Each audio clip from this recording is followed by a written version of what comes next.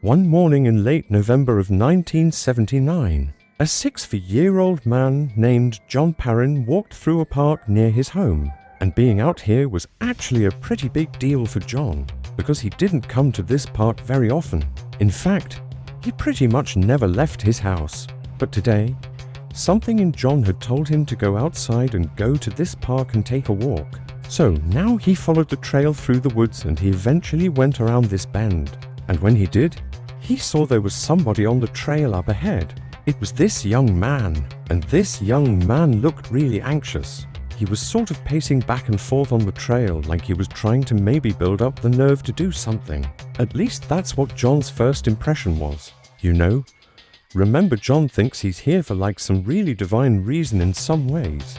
He doesn't really know what it is, and so he is walking down the trail, and as he gets closer to this man who is pacing back and forth, John realizes that the man is sort of pacing up to the edge of this cliff. Basically, again, this park sits right on the coastline, but the coastline is way down below. And John realizes this guy is pacing back and forth to the cliff, and suddenly it clicks for John.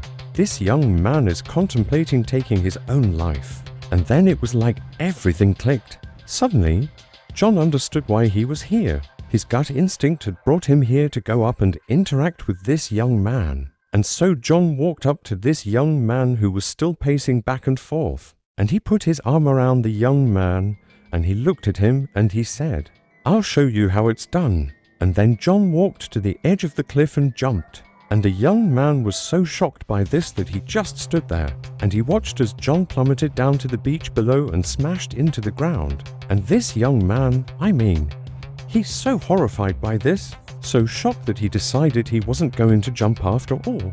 Seeing it happen, seeing John do the thing that this young man was there to do, to jump off this cliff, to take his own life, to see somebody else do it was so awful that he decided not to do it.